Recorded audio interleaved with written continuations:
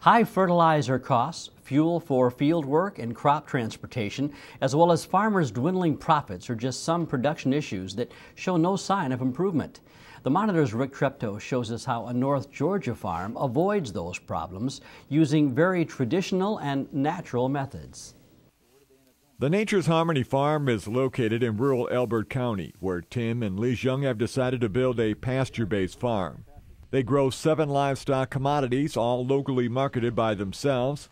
Ossabaw Island hogs. They are a gourmet item in the northeastern states where chefs are willing to pay big bucks. The hogs originated on Ossabaw Island off the Georgia coast. Then there are the heritage breed turkeys. Peking ducks in the winter and these chickens in the warmer months. There are also free-range layers.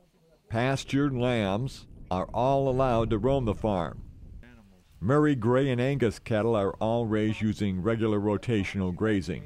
In fact, Tim says the whole farm is based on rotational grazing. If you go back to the plains the way bison graze, it was very natural for pheasants or turkeys or wild birds to come behind them and clean up after them.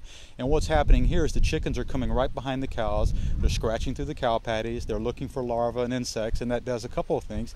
It gives the chicken protein for feed, but it also helps to reduce the fly population on the cows. The rotational grazing is simple for 2 people. When it's time to move the animals, the tape is moved to form another paddock.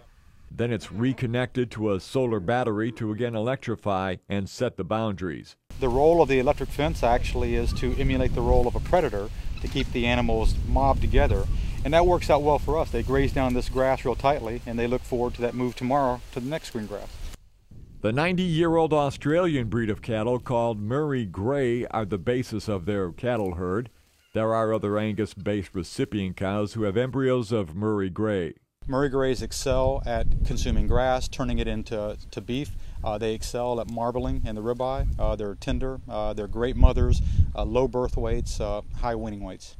2 types of poultry are raised. Grown for their meat are these Cornish cross chickens and the older, French-based variety called poulet rouge. Both feed on the grass, and water is readily available. In fact, water spigots are only 250 feet apart over the whole 42-acre farm. These we keep contained, number 1, for protection from predators, but number 2, it's easier for us to control where the fertilizer is going on the pasture. So we march them up and down the pasture so I can see exactly where they've been. We get a high concentration of manure and urine on the pasture, and it's better for the pasture. And all you have to do to move them is just pick them up and pull it. I pick it up and I talked about the wheels in the back, and I move them up 10 feet a day.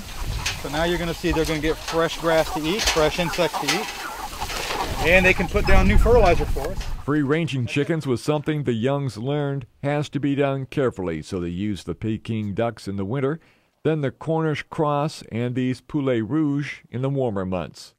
And at night, they all go back into their house where we can close the door to keep them safe from predators.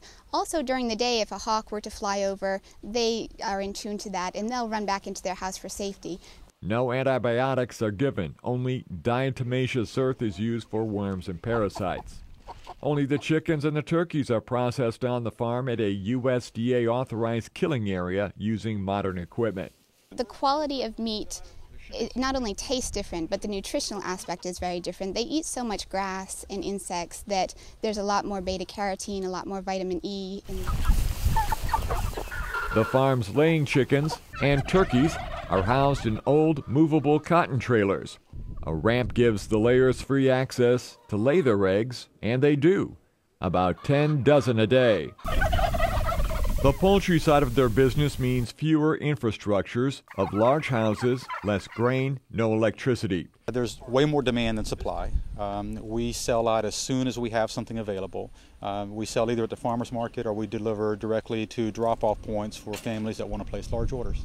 But this farm raises specialty products. They are not opposed to the large broiler operations. To keep the cost down and to be able to meet the demand of all the consumers out there, I understand why there needs to be those big houses that raises a lot of food.